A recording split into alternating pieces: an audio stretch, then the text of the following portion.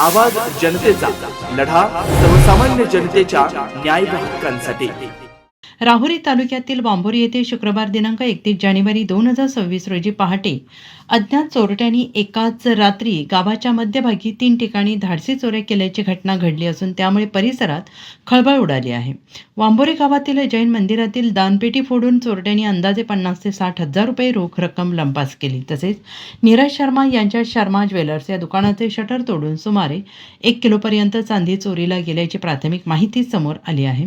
आणि याच रात्री अनुज पंजारिया हे बाहेरगावी गेल्याचा फायदा घेत चोरट्यांनी त्यांच्या घराचे कुलूप तोडून घरात उचकापाचक केल्याचेही आढळून आलेलं आहे।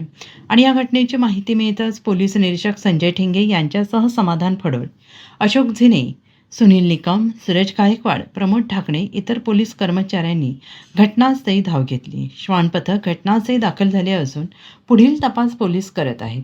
एकाच रात्री 3 ठिकाणी चोरी झाल्याने वांबोरी गावात भीतीचं वातावरण पसरलं असून नागरिकांकडून पोलीस गस्त वाढवण्याची जोरदार मागणी केली जाते आहे।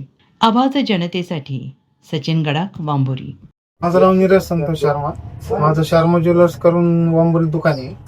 रात्री 2:45च्या दरम्यान दुकानात चोरी झाली। सगळे 6 जण होते। कमीत कमी माझ्या दुकानातला अर्धा-पाऊण किलो चांदीचं चोरी केली त्यांनी।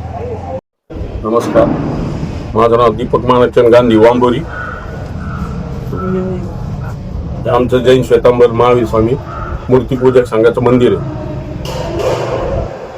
काल रात्री 3 ते 4च्या दरम्यान 5-6 चोरांनी आमचं जैन मंदिराचं कोंडा तोडून आतमध्ये प्रवेश केला। त्यानंतर भांडारपेटी, ज्यामध्ये लोक दक्षिणा वगैरे पैसे टाकतात, अशी भांडारपेटी तोडून बाहेर नेली पटांगणामध्ये आणि त्या पेटीचे कोंडे तोडून त्यांनी चोरी केली। किती रुपये? साधारणतः पेटीमध्ये 50 ते 60 हजार रुपयाची रक्कम असावी, कारण 3 महिने झाले आम्ही पेटी खोलली नव्हती। इथून चोरी करून ते पेठेतील नीरज शर्मा यांच्या सराफी पेढीवर गेले, त्यांचंही दुकान फोडले। त्यामध्ये त्यांना काही थोडाफार ऐवज सापडला, तो घेऊन नंतर ते तेली गल्लीतील अनुज पंजारिया, जे राजस्थानला गेलेले 8 दिवस, त्यांचं घर फोडलं। घरामध्ये सर्व इथून तिथून उचकापाचक करून पाहिली, त्यामध्ये त्यांना काही सापडलं नाही सापडलं त्यांनाच माहिती। अशा प्रकारे त्यांनी वांबोरीत 3 ठिकाणी चोरी करून मोठा ऐवज लंपास केला। नवनवीन घडामोडी आणि सत्य बातमी पाहण्यासाठी आजच आमच्या YouTube चॅनलला सबस्क्राईब करा, शेअर करा आणि लाईक नक्की करा।